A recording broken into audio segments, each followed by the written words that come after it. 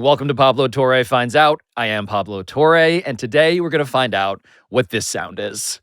It's time to try defying gravity. I think I'll try defying gravity.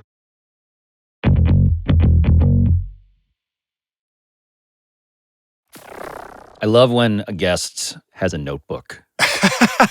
I do. I feel like such a boomer. I mean, Yeah. I'm getting old. I'm 46 years old. I forget things. But if I write it down, I have notebooks upon notebooks of just maxims and quotes. If I put it in my phone, it's gone. And you have the good kind of pen, too, by the way. That thin. Oh, the Muji pen out of Muji Japan. pen. That's Yeah. right. That's This veteran savvy. the finer things in life. But I wonder if you've used that Muji pen to write down at any point the quote I wanted to actually start with. Okay. Which is, of course, from Mike Krzyzewski, Coach K, head coach of your Duke Blue Devils, who said this, quote, "Shane was an alien. I wanted at the end of his career to crack his head open and see if he was really human." End quote. I think that's a compliment. Pablo, I was psycho. I was a psycho, a psychotic, neurotic person in my time at Duke. And great steal by Forte. He'll go for two. No! From behind. What a play! That's one of the great defensive plays you'll ever see right there, baby. When Coach K recruited me, I was part of a very talented recruiting class, #1 class in the country. Elton Brand, William Avery, Yeah. right? Chris Burgess. I grew up watching you guys. Right? And we were going to a team that had, at the time, 10 McDonald's All-Americans. We had 10, which is crazy. So you're saying, like, why would you go to a team that has 10 McDonald's All-Americans? And Coach K, people always ask me, like, well, what's so great about Coach K? Coach K can peer into your soul and know what button to push. Finding the heart of the team is huge. I call it a spirit. He has a different spirit. Once we get him in our program, I have to give him some more latitude where he feels comfortable in instinctively following that spirit. And he knew this when I was in high school. So he came into my living room and he said, hey, Shane, I'm not going to promise you playing time. I'm not going to promise you shots. I'll promise you one thing, the opportunity to earn playing time every single day. And if you're good enough, you'll play. So he had me hook, line, and sinker. And I'm like, I'm going to show you. I'm going to show you, and I'm going to make you play me. You're going to stab people's eyeballs with that fine ballpoint Muji pen. I would have. I used to throw up before every game. Every game? Every game. My freshman year, I started, and literally, I'm going out to the jump ball circle. I'm so anxious. I want to play well so bad. I would run back to the bench, grab a Gatorade towel, throw up in it, throw it back out, and then they toss the ball. And just to be extra clear about this, Shane Battier barfing his ambitions into a towel before every game as a 6'8" Duke freshman was a thing that pretty much everybody who cared about him found intensely unsettling, I am told. And this was true of his college girlfriend, who was now his wife, and it was true of then Duke assistant coach Quinn Snyder, who was now the head coach of the Atlanta Hawks. Although, there was one notable exception. I think Coach K loved it because he's like, it matters to him. He cares. But Quinn Snyder was like, this is not healthy. You cannot do this. And so he literally would like breathe with me. Breathe. Yeah, breathe. He's like, Shane, breathe. But when it comes to barf, the first thing that I personally think about when I think about Shane, whose brain, by the way, not unlike Coach K, I also plan to just crack open here, is a different liquid. And it dates back to the first time that I ever met Shane, which was at a bar during the Sloan Sports Analytics Conference about maybe a decade ago, which would be around sometime after he played pickup with Barack Obama, which we'll discuss, and probably also around when he was just winning championships with LeBron James, who would call Shane, quote, the #1 smartest basketball player and person I've been around, end quote. But that night, during that conference, Shane Battier introduced me to something else? It's a magical mixture of alcohol that was introduced to me by my teammate in Miami, Greg Oden, who learned this drink from Beast Mode himself, which is totally on brand, and that drink is called Patreny. And what I found out that night is that Patreny is exactly what you think it is, and exactly what Marshawn Lynch apparently envisioned. Half Patron, half Hennessy. Which is why I also found out that drinking Patreny made me feel like Shane Battier during his freshman year. And so we were bonded from that moment on. I mean, you look at me, I look at you, and the first thought is Patreny. And just to clarify here, by the way, I did not grow up dreaming of a bond with this man. As I said, I grew up watching Shane take charges, slap floors, become a champion at Duke, and the National Player of the Year, and a 3-time Defensive Player of the Year. But he went to Duke. And after the Memphis Grizzlies, the god-awful Memphis Grizzlies, drafted Shane 6th overall in 2001, I mostly forgot about him. I think most people did. But in 2009, no less than Michael Lewis wrote a seminal article about Shane Battier for the New York Times Magazine. And this article had an unforgettable headline: The No Stats All-Star. Because Shane, at this point, was a 30-year-old glue guy, a nerdy glue guy, grinding away for the Houston Rockets. And what Michael Lewis basically did was make the case for why this relatively minor character, who had this vomitously maniacal devotion to defense, to frustrating the most unstoppable scorers in the world, actually represented the modern evolution of sports culture writ large. Shane was analytical. He avoided taking 2-point shots because of their inefficiency. And also, when the story first came out, I had mixed emotions. I'm not going to lie. well, you see the headline, Yeah. and it's like, It's the biggest like backhanded compliment you can get. It's Michael Lewis. So like Michael, yeah, Mr. Moneyball. that article has generated, a lot of money for me over the years. My speaking career and podcasts. So like it was my opus, and I would not be here without Michael. And so at the time when I was still probably 8 years into my career, I still thought I was a really good player and more than just like a glue guy. But now I love it. And now I love that that's my reputation. That was always authentically who I was, right? So like Lewis hit it right in the head. That's how I was from kindergarten all the way to my last day in the NBA. So I'm very proud of that moniker. It's super nerdy, but I'm nerdy. So it's all good. The embedded sort of premise of the No Stats All-Star is that in ways that cannot be actually quantified, but can be begun to be detected by the most advanced metrics. Yeah. So it's really the advanced math All-Star more than it is the No Stats All-Star. Yeah. Good point. I want to just quote the thing about you that Daryl Morey, who is now, of course, president of the 76ers, a fellow PTFO guest, as is Michael Lewis. This is all very incestuous. I want to just quote Daryl. Daryl says, quote, "I call him Lego. When he's on the court, all the pieces start to fit together, and everything that leads to winning that you can get to through intellect instead of innate ability, Shane excels in. I'll bet he's in the 100th percentile of every category." So again, familiar compliment, insult, sort of like layer cake. Yeah. Instead of innate ability, there was something that you were great at that was kind of ineffable.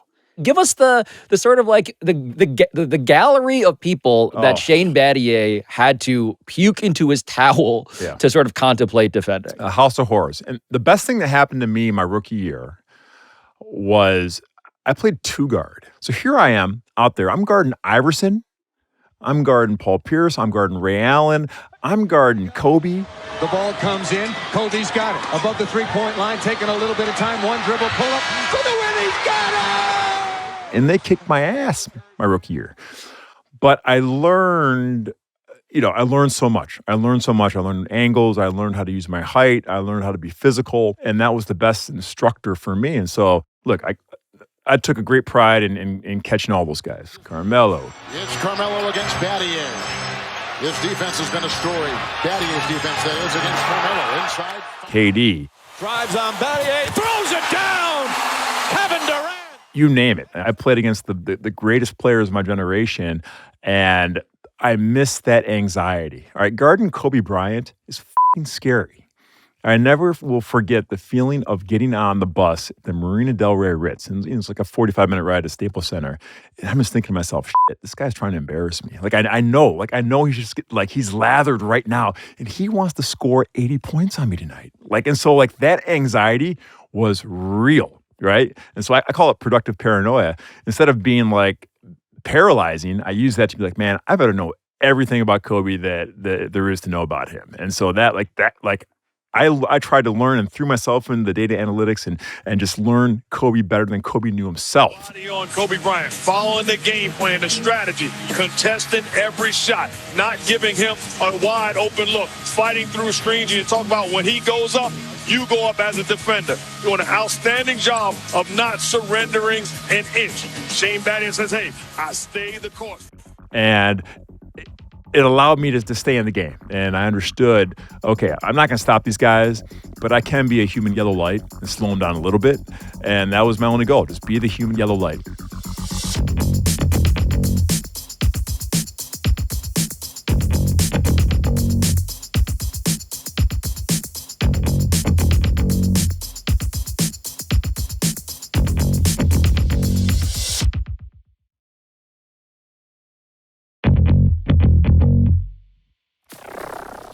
The whole thing of like, I'm going to slow you down, but I know I'm not going to stop you. Yeah. Right? When it came to why these guys, as much as they would talk about how, we're not afraid of Shane Battier. Yeah. Does it feel different facing this team with Battier gone? You guys had a lot of classic matchups throughout the years. I guess. The stats actually indicate like, yo, you slowed down. I wasn't bad. You slowed down at the yellow light. As it turned out, I wasn't half bad. Is there an element of this that is teachable? Yeah, because I had the answer to the test before I took it. Like, in the NBA, everyone overestimates how good of a 20-foot jump shooter they are. A 20-foot jump shot is a really hard shot to shoot, especially if you dribble once. It's like a 40% shot. That's a tough shot. And people will argue with me, no, it's part of the game. We can't. No, that is a hard shot for even the best player, unless your name is Steph Curry or Kevin Durant. All right, Devin Booker. And the one thing that, I was able to do that a lot of people can't do, I detached myself from the outcome. I didn't care. I didn't care if a guy made a shot or not. I really didn't. I cared where they took that shot. And I knew if they took the shot in the wrong area, in the area where they struggled the most, given enough time, sample size, they would beat themselves. And so I just had to sort of lead them to that conclusion. And so you can teach somebody kind of the squares in the court where it's just hard to make a shot. A 2 over Battier. Rebound by Bynum. Relentless pressure. He's going to put that on you every single possession. And you know what? You got to give Shane Battier a lot of credit. When you look back at how you got to be this way, that's the part where I'm like, I don't know if you can really teach that. Look, I grew up in a middle-class part of Detroit. All right, I was very poor. The roof leaked when it rained. I remember what a government cheese sandwich tasted like. I had patches on my jeans and all my clothes. Like, we had, no money. I learned the phrase rob Peter to pay Paul, when I was in kindergarten. All right, we were very, very poor. I was the only kid in town that had a black dad and a white mom. So in an elementary school of 500 kids, I was the only black kid. Okay, I got a pick on picture day. Everyone else got a comb. Okay, on Martin Luther King Day, I was expected to know everything about black culture from the dawn of civilization. And I was a foot taller than everybody else. Okay, so I was the kid who always had to carry a birth certificate with him at the Little League game. So I was an outcast wherever I went. So I was mixed, tall, and poor. The only place I really felt at home was at recess. And playing kickball, and playing dodgeball, and playing basketball, and baseball, all the sports. And I realized when I help my friends win, I'm no longer the poor kid, the mixed kid, the tall kid. All right, I'm just the kid who helped my friends win. So I didn't care like about what I did or how I looked. All I cared about is, did we win? And did I help my friends win? So I'm gonna do whatever it takes. Do whatever it takes to make sure my friends look good and that we win. I took that lesson from kindergarten. So it was born out of desperation. It was born out of just, hey, I want to be loved. I want to be accepted.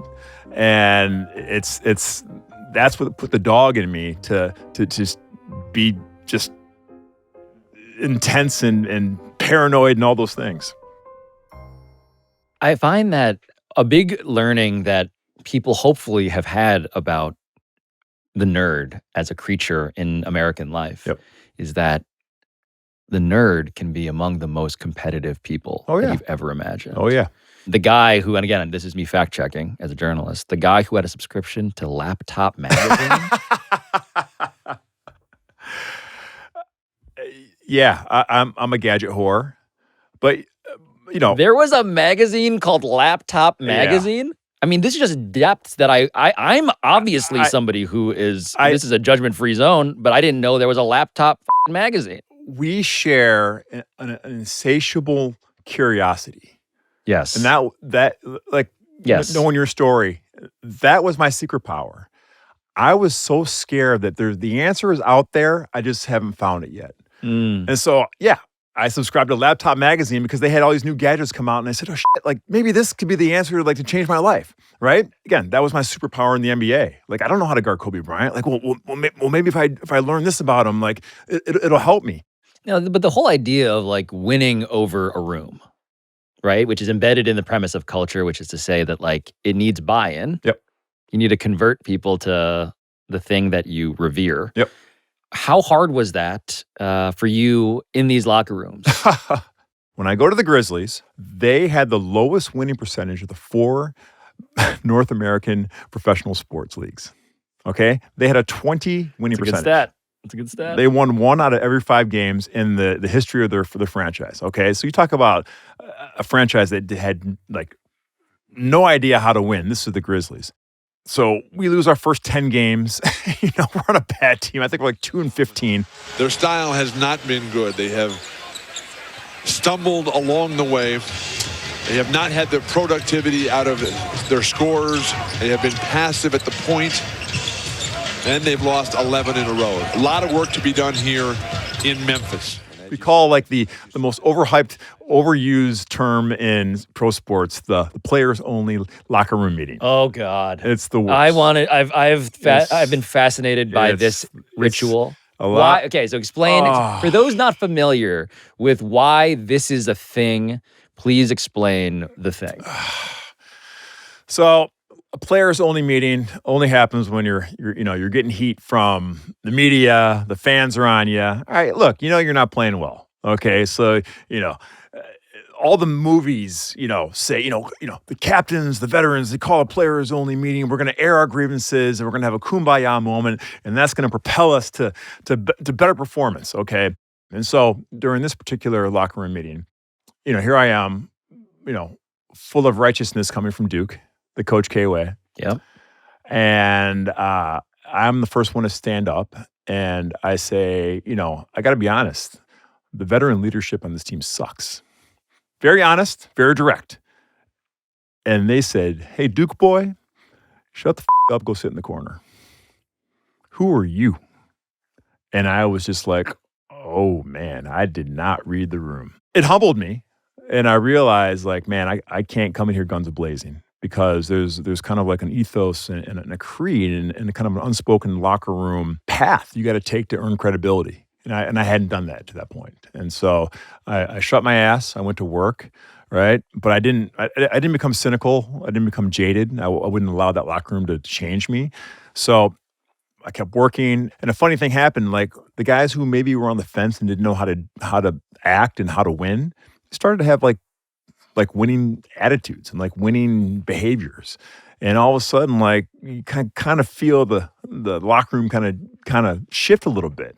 And we started to believe a little bit. And Hubie Brown comes in the next year. We start winning some games. Memphis now 26-31 since that 0-13 start. The team that was once an easy out now holds the key in the Western Conference playoff race. It was pretty awesome to be part of that. I'd never been part of like a culture change per se. Well, but this is a mythical concept Yes. of like, how do you change culture? The thing that every business is going to have to grapple with at some point if they meet what is more likely than not, which is failure. Yep. It's not the rah-rah speeches, all right? It's not the sayings on the wall. It's the small, subtle acts that most people don't even pay mind to.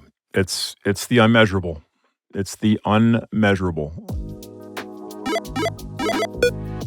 Which is all to say that there are these inflection points in Shane Battier's life when he has had to decide whether it is time for him to take the microphone or not. And this can be a difficult political exercise for somebody who loves karaoke as much as Shane Battier does, as we need to explain in a bit. But this takes us to a moment, for now, on the court when the human yellow light wasn't actually trying to slow down a superstar. Because it was June 2012, and Shane was playing for the Miami Heat, and the Miami Heat, for those not familiar, fetishize culture more than any other team in sports, as our own Ryan Cortez will gladly tell you. And it's to the point where the Heat would go on to later hire Shane as an executive. But on this June evening in 2012, what Shane Battier was mostly trying to do was just not get in the way of one of his fellow starters. The issue, however, was that LeBron James, one of the best scorers ever, obviously, who was now being given the greenest possible light, had won 0 titles at this point. Speaking of measurables, LeBron had joined Dwayne Wade and Chris Bosh in Miami, only to be humiliated by Dallas in the finals the year before this. And so here the Heat were, in 2012, overhyped and trailing in one of the most tense Eastern Conference finals in memory, and they were about to be eliminated by their most hated rival. Welcome to Boston on a sold-out TD Garden. It's Game 6 of the Eastern. They're saying, look, there's no way the Heat are going to win this game. Boston with a 3-2 edge and a chance to move on. Wade double-teamed as he has seen all series long. David slaying Goliath. Yes. We know if we lose Game 6, this is like maybe the most failed experiment, the most Absolutely. highly publicized failed experiment, and there's blood on everybody's hands. Yeah, and by the way, there's just salivating from everybody who talks about sports. You guys are villains. You guys are Goliath. Again, that's the other key part of this, is that it's what does Goliath do to save his own ass? They drove the hearse to TD Bank Arena that night. But like before that game, there wasn't like a huge rah-rah speech. It was just like, look, we just got to be ourselves. We've been through the fire. And there was a trust. What was LeBron like? Because this is now, in terms of his character study. The LeBron game. Yes, and also like An done inflection. it. Exactly. An inflection. Exactly. That was the inflection point for his entire Hall of Fame career. The story of his life is so different if that game goes differently. Different. No one realizes that. And so, like, of anybody, LeBron knows, like, he has the most at stake. Yes. The most. Yes. The most. And so, like, he was very calm that day. He didn't say... He didn't puke into a towel? No. But, like, let me tell you what. When that motherfucker has that look, man, let's go. It's like when Adam turns into He-Man. I have the power! There's almost like an aura around him. We're just like, oh my gosh, this is unbelievable. Turns, little jump hook won't go. James comes flying in and throws it down. He's got 27 first-half points. I remember watching this game. And imagining what must it be like to be around him in this moment. You didn't talk about it. You didn't look at him. You're just like, I don't want to jinx it. Here at the TD Garden. 30 in the first half. These are all second half. The 1-foot step back and then the little floater as he posts up Rondo at the elbow, and then the 17-foot catch, that jab step jump shot game. And so we win the game. And you win big. We win big. By the way, like curb stomping, suffocation, big. Yep. Because the final score is 98-79. Yep. LeBron, for the record, right? Yeah. Do you remember his stat line? Because 45. 45 minutes, 45 points, 19 of 26. Yeah. 19 of 26. Ridiculous.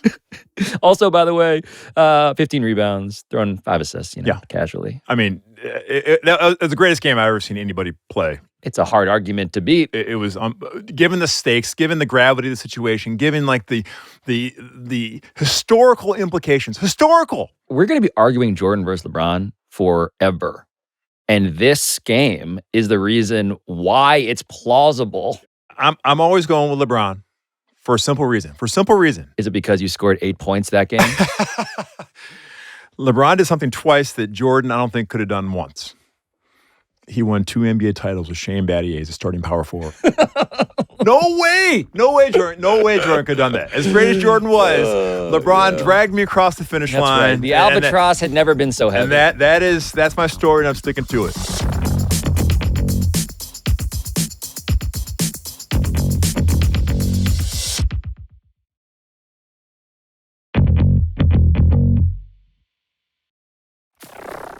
Now that we've gone through one of the glorious chapters, do you remember the most humiliated you ever felt in the league? My last year. When I was told, without being told, that our best chance of winning doesn't include you, Shane. When, Spo started to sit me in the fourth quarter, nothing was worse to me than sitting me in crunch time. That was my identity. And it hurt me to my core, and that's when I knew I was done. I was embarrassed. And I checked out, and I was cynical. And so when I retired, I was very cynical. And so I was sad, but I was also very cynical. What does cynicism mean at this point in your trajectory? I shut people out. I was probably battling some depression. I didn't know what depression was. I never had this feeling before. But feeling very isolated. I didn't feel anyone understood what I was going through. I felt very alone, and I pushed people away. I pushed my wife away. I pushed my kids away, and I just was a jerk. And I wasn't like doing destructive things. It wasn't like I was drinking every night, but I was emotionally unavailable, and I was hurt, and I was pissed off, and I had all these emotions I'd never associated with basketball, and it was a big mistake to go work for ESPN. I was really bad on TV. You could probably go on awful announcing and say, we're gonna find some Shane Battier lowlights. I had zero passion for it. Zero. Congratulations. Your father was a great point guard for the Russian national team. What has he meant to your career? I think now he was this, he was draft. Like a lot of emotion you have. So same like me. Well, that's great. But at this point in our episode, everybody listening understands how insane that is. Yeah. That you, guy they've been listening to, tell stories with this level of alacrity. Yep. Couldn't do that. Yep. Because of this internal. Was this the hearse? Was this finally you being like, I guess I got to get in this thing now? I was chasing relevance. When you retire, like you don't know. This is all I knew. It's all I knew. 30 years, right? I had purpose every day. I had a scoreboard above me and told me where I was. All right. I love my teammates. I love being part of a team. Right. The money was great. I had status. I had all these things that like people are chasing these things in their professional life. It checked every box. So to not have that when you wake up one day, because you don't have the jersey, you don't have the locker room, you don't have the purpose, it's scary as shit. Yeah. I was terrified. There's one quote that I remember you giving at one point, and it was, if you had filet mignon every single night, you'd stop tasting it. Yep. Which is to say that even though you missed so actively the thing that you weren't doing anymore, it felt like by the end also your ability to enjoy it was also changing, which is an interesting tension of like missing something that wasn't even the thing that for you it was anymore. Yeah.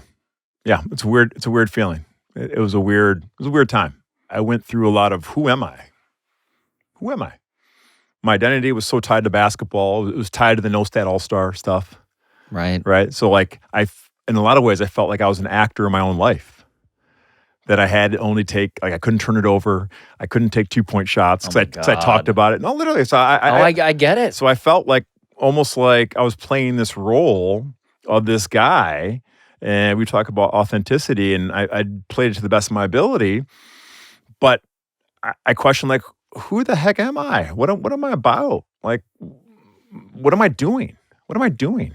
And, going to ESPN and being terrible at it, and that disaster of a year didn't help. And so, I'd never been to therapy. My wife, of 22 years, who we met in 7th grade, said, look, Shane, I know you like optionality. Here's 3 options. You can, here's the number to the Marriott, here's the number to your attorney, and here's this number to this life coach / psychologist that comes very highly recommended.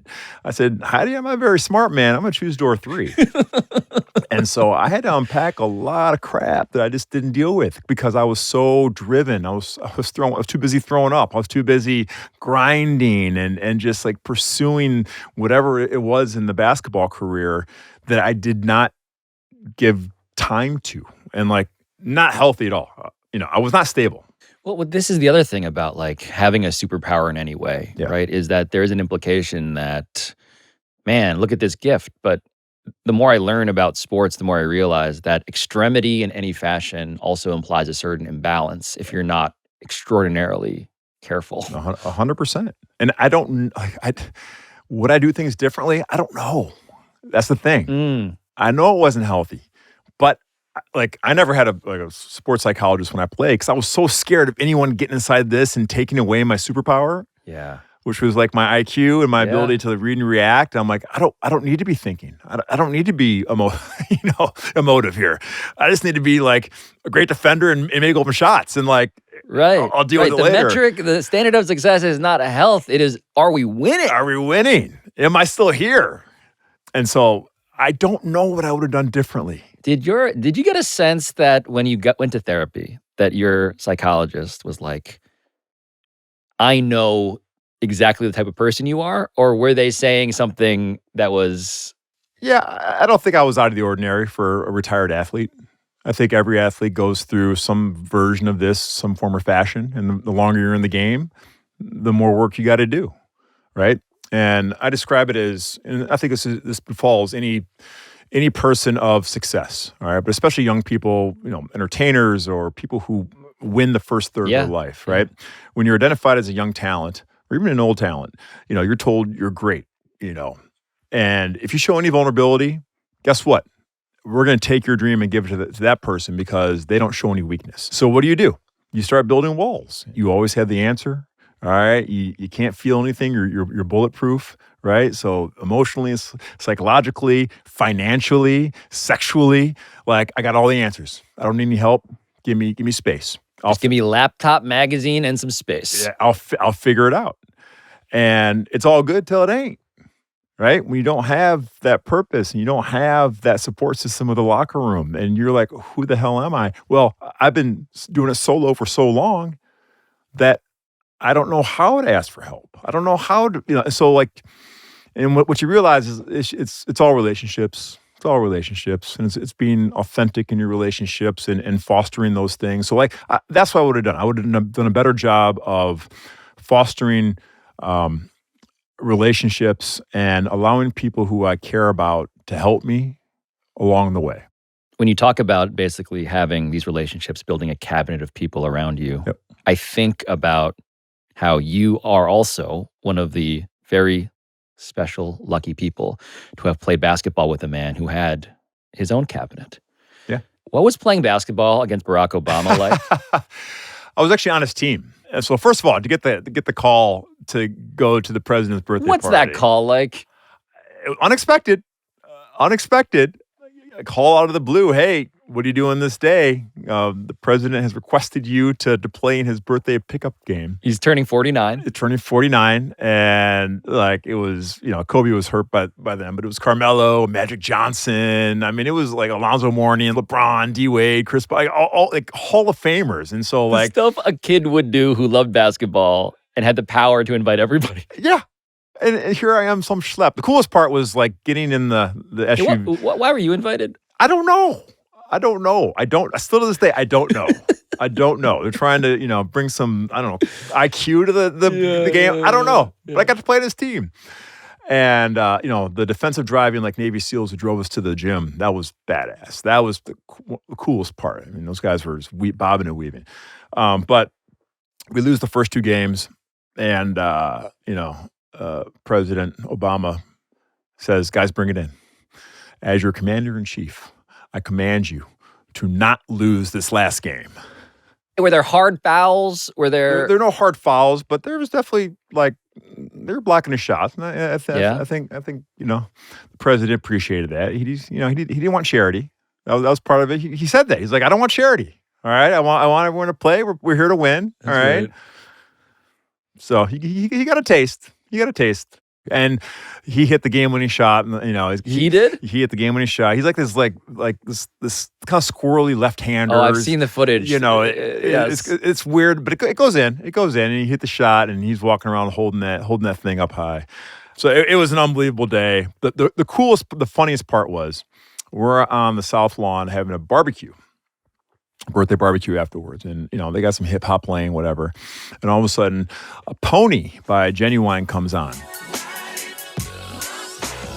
and I'm just thinking to myself, our forefathers are just rolling in their graves right now that Genuine's Pony is playing on the South Lawn. First time ever that song somewhere the ghost of Teddy Roosevelt. I was going to say, Teddy Roosevelt, Woodrow, Andrew Jackson. Yeah. Better yet. Yeah. Just can't believe it.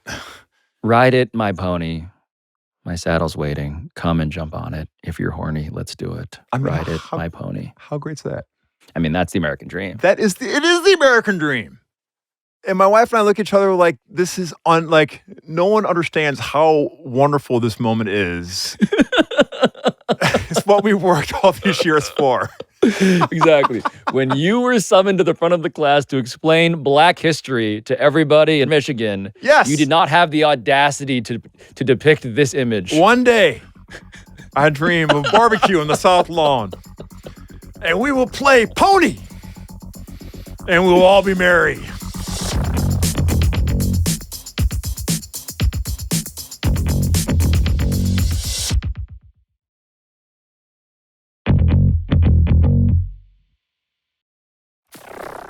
Part of what is so interesting about hearing you trace your path through life is that at various points you have lived a movie that I find to be endlessly amusing.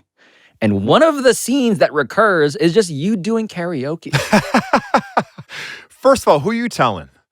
I mean, when I look at my journals and write a book now, and it's just like It's crazy that you've lived all of this already. It's Forrest Gumpian. Yes. It really is Forrest Gumpian. You both met the president. Yep. You both love running. So I toured China. So my karaoke story in China, I wore a Chinese basketball shoe called Peak. Yeah. Okay. Because Yao Ming was my teammate in Houston, and they wanted a presence on the Rockets. So I went there. I never heard of the shoe, and I had like 50-foot billboards in like every city you never heard of in China. And so I was very, very famous in China, much more famous in China than I was in America. So whenever I go to a press conference in the city when I'm touring, there would be a bunch of reporters there, and they gave me the name Mr. President. Because my cadence and the way I talk and gesture was like Barack Obama. I was going to say, your sleeves are rolled up to your elbows. This is not a coincidence, it feels. So I would be in, Qingdao, and, the press would go, Mr. President, how do you find Qingdao? And I said, you know what? It has the most beautiful women and the best beer. And then I would go to, what a politician. And then I go to Shanghai. Mr. President, how do you find Shanghai? It has the most beautiful women and the best beer, right? But they knew I loved karaoke. And so I went to this beer, actually the Qingdao Beer Festival in Qingdao, China, beautiful city on the water. And they wanted me to sing karaoke. And so this is like a festival. And I swear to you, there was like 20,000 people at this festival. and they want me to sing Billie Jean. And I'm like, all right, no biggie. I'll do it. Well, I get up on stage and so I start singing, she was more like a movie queen from across the scene. And all of a sudden, the words just cut out. And so I have no monitor. Your prompter goes dead. My prompter goes dead. The ultimate politician's nightmare. And so I'm in front of 20,000 people playing Billie Jean, fumbling my way through the song, trying to dance to take the, the eyes off my horrible. It was a nightmare. It was a nightmare of epic proportions to be in Qingdao, China, in front of 20,000 people at a beer festival. At a beer festival with no words, but they still cheered for me. I actually. People don't believe me. I hosted the Chinese version of SNL. What? It's called Happy Camp. They get like 100 million people. I can't make this up. They get 100 million people a week tuning in on Saturday night, and I was the host. I don't speak a lick of Mandarin, like at all. But again, I had a translator there on TV, and it's a comedy sketch show. And so they wanted me to come and sing karaoke. So I sang New York, New York. I came out of the, doing the kick, doing the Sinatra. And yet, is that as weird as the time that you did this? Shane, listen to me. Just stay retired. You can still be in the league as a team front office core. You can have all you ever wanted. I know. So this is the voice of Daryl Morey. Yes. I can't want it anymore.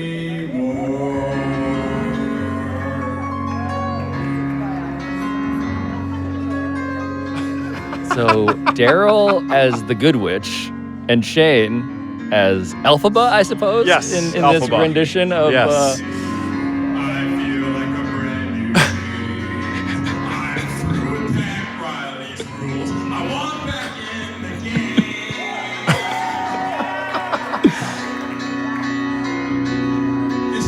Oh, God. Too late to take on Hillary.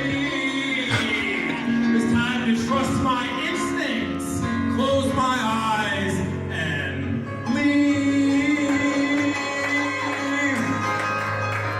It's time to try defying gravity. I think I'll try defying gravity.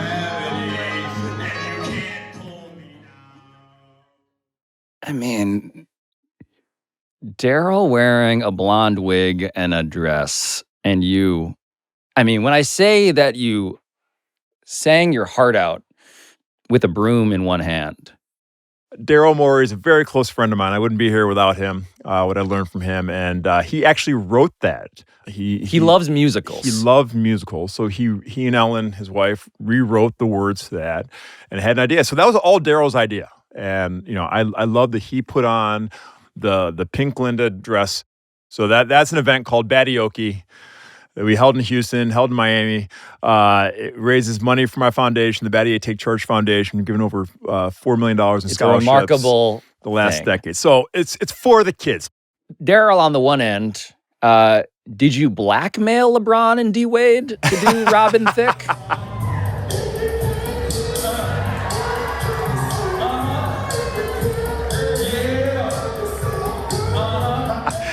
That was their own volition. The Karaoke, we don't mess around. I dare say that Mr. President has assembled a rainbow coalition of people to do the thing that you made peace with, which is humiliate yourself.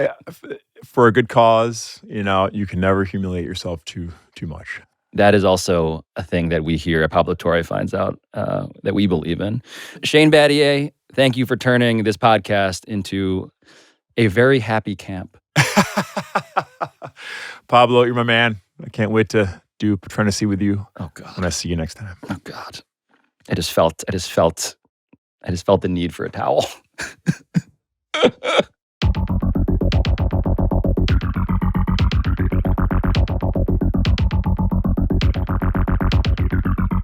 This has been Pablo Torre Finds Out, a Meadowlark Media production. And I'll talk to you next time.